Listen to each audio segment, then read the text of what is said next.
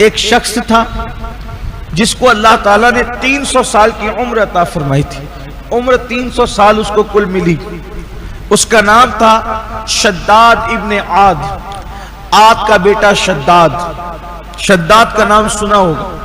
शद्दाद ने अंबियाए किराम के मानने वालों से एक बात सुनी कि अल्लाह तबारक व तआला अपने ईमान वाले बंदों को जन्नत अता फरमाएगा। जन्नत में महल है, जन्नत में बाला खाने हैं, और वो महल जो है वो मिट्टी के नहीं है बल्कि वो सोने के महल है। उस पे बाला खाने भी सोने के हैं, उसकी दीवारें सोने की है और उसमें याकूत जड़े हुए हैं, जवाहरात जड़े हुए हैं, उसके अंदर कीमती और सच्चे मोती हैं।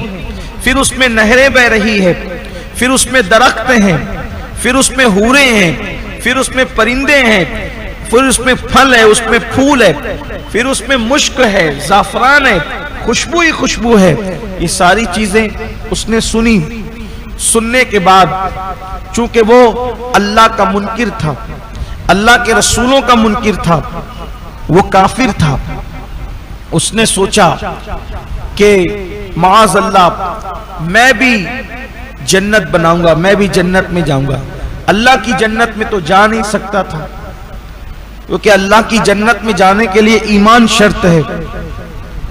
ईमान वाले के बगैर अल्लाह की जन्नत में कोई नहीं जाएगा।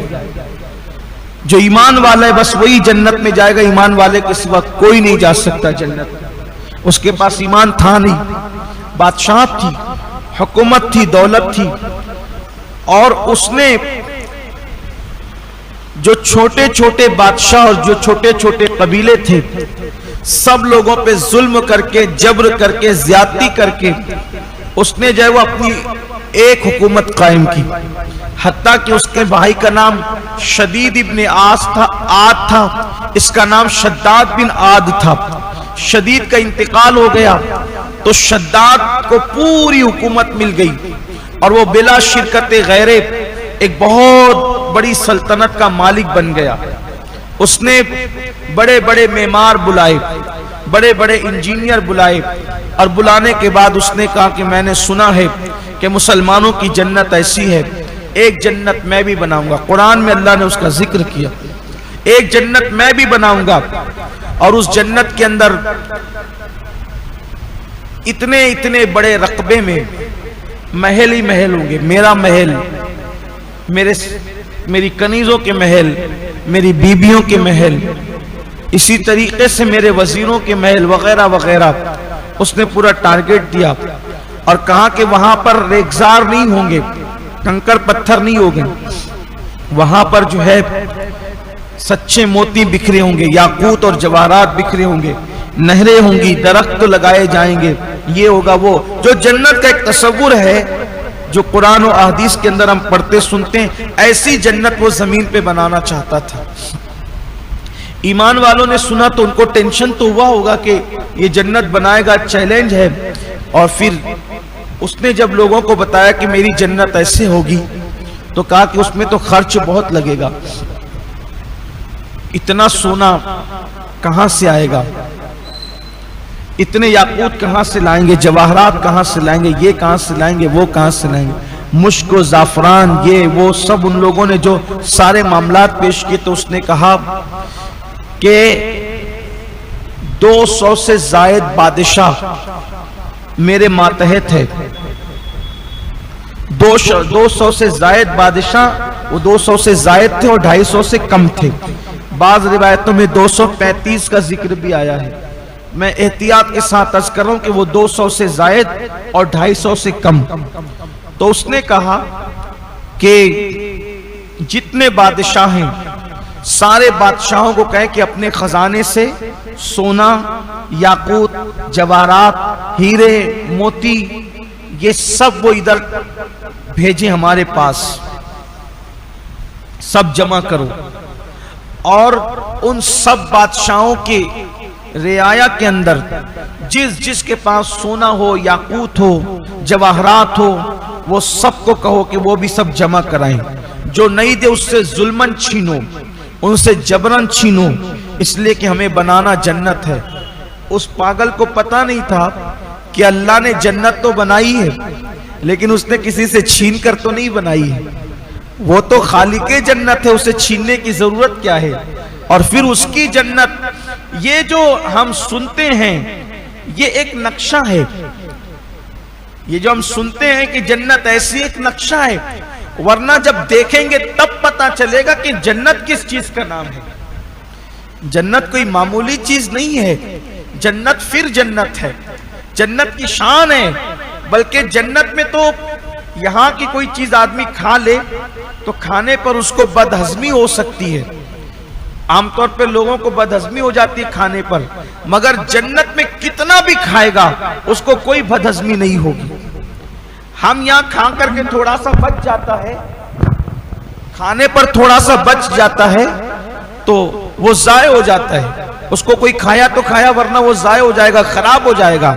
लेकिन जन्नत का हाल ये है कि अगर किसी ने कोई फल तोड़ करके, अच्छा एक और बात जन्नत की, जब जन्नत में कोई फल तोड़ेगा दरख्त से, तो जैसे वो हाथ उठाएगा तो दरख्त की टहनी झुक करके उसके करीब आ जाएगी। यानी उसको ऊंचा नहीं होना पड़ेगा, टहनी खुद नीची हो जाएगी उसके लिए, और वो फल तोड़ेगा। अब फल तोड़ करके खाया, कुछ खाया कुछ बच गया, जैसे ही छोड़ा वो फल फिर से पूरा हो जाएगा। कोई परिंदा उड़ करके जा रहा है, दिल में आया कि मैंने आज परिंदे का गोश्त खाना है, वो भून करके आपके पास आ जाएगा। आपने खाया, खा करके छोड़ दिया, उसके बाद फिर वो पूरा होकर के फिर उड़ता हुआ चला जाएगा। अल्लाह की जन्नत है। अगर मैं जन्नत का जिक्र करूं तो फिर जन्नत का ही जिक्र होता रहे, लेकिन वो जन्नत है। आपने आखिरी दर्स कुरान में जो इस साल के रमजान शरीफ में हुआ, उसमें भी कुछ जन्नत का जिक्र हुआ। तो बहरहाल उसने अपने अंदाज से कहा कि सब लोगों का सोना, वो जवाहरात और मोतियां, हीरे सब इकट्ठा करो, याकूत वगैरह सब इकट्ठा करो। छीनते गए। 10 साल तक के सोना, याकूत, हीरे, जवाहरात सब जमा होते रहे। 10 साल तक छीना छपटी चलती रही। हत्ता के समुंदरों से निकालने वालों को भी मुतय्यन कर दिया कि जितना निकाल सकते हो निकालो, और निकाला उसने। हौसला हिम्मत उसकी जितनी थी उसने उतना काम किया। फिर उसके बाद एक ऐसी जमीन का इंतखाब हुआ जहां कोई पहाड़ नहीं हो बल्कि चटियल मैदान हो। उसकी हुकूमत में एक बहुत बड़े रकबे पर फिर वो जमीन का इंतखाब भी हुआ। फिर उसके बाद सोने के महल्लात तैयार होने शुरू हुए, और इसका कहना यह था कि जब तक वो तैयार हो करके बिल्कुल मुकम्मल नहीं होंगे मैं देखने नहीं जाऊंगा। काम से लगा दिया उसने। हजारों लोग रात दिन काम से लगे रहते, खूब मेहनत करते, कोशिश करते, काविशें करते। यहां तक के लिखा गया है कि 40 साल हो गए। 40 साल में शद्दाद की खुद साख्ता जन्नत तैयार हो गई। उसमें सोने के महल, मुश्क की जमीन, अंबर, नहरें, दरख्त, परिंदे, चरिंदे सब तैयार हो गए। सब तैयार होने के बाद जब उस तक ये खुशखबरी आई कि आपकी खुद साख्ता जन्नत तैयार हो गई है, उसने कहा अभी नहीं, अभी जो मेरे वज़रा और वजीर हैं आसपास में उनके मकानात और महल्लात भी तैयार करो। फिर मजीद उसमें तैयारी होने लगी, वो भी तामीर हो गए। इधर वो तामीर हो रहे थे, शद्दाद ने हुक्म दिया कि सबको मेरे साथ उस जन्नत में चलना है, हम सब उस जन्नत में जाएंगे। मुसलमानों की जन्नत में तो मरने के बाद लोग जाएंगे, हम जीते जी इस जन्नत में जाएंगे। उस जन्नत में जाने के लिए 10 साल तक तैयारियां होती रही। घोड़े, खच्चर, ऊंट, हाथी, जो जो भी वो कर सकते थे अपने तौर पर सब तैयारियां किया। और फिर शद्दाद पूरी तैयारी के साथ, पूरे लाव लश्कर के साथ अपनी खुद साख्ता बनाई हुई जन्नत में दाखिल होने के लिए निकला। और सफर करते करते अभी जन्नत और उसके दरमियान एक मंजिल का फासला रह गया था। एक मंजिल रह गई थी कि अब वो अपनी खुद साख्ता जन्नत में जाता। वहां से खुशबू आ रही थी हवाओं की, जाहिर सी बात है, मुश्क और जाफरान जब जमीन पे बिछाया गया हो बड़ी तादाद में, जब उससे हवा लग करके गुजरेगी तो खुशबू का कैसा समा पैदा करेगी। ऐसे खुशबू का समा पैदा हो रहा था और वो खुशबू का समा पैदा हुआ, एक मंजिल बाकी थी।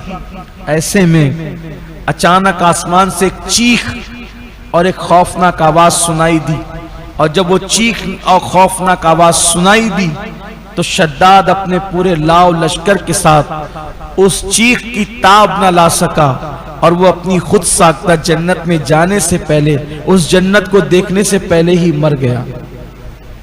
मकरू व मकर अल्लाह वल्लाहु खैरुल माकिरीन। वो अपने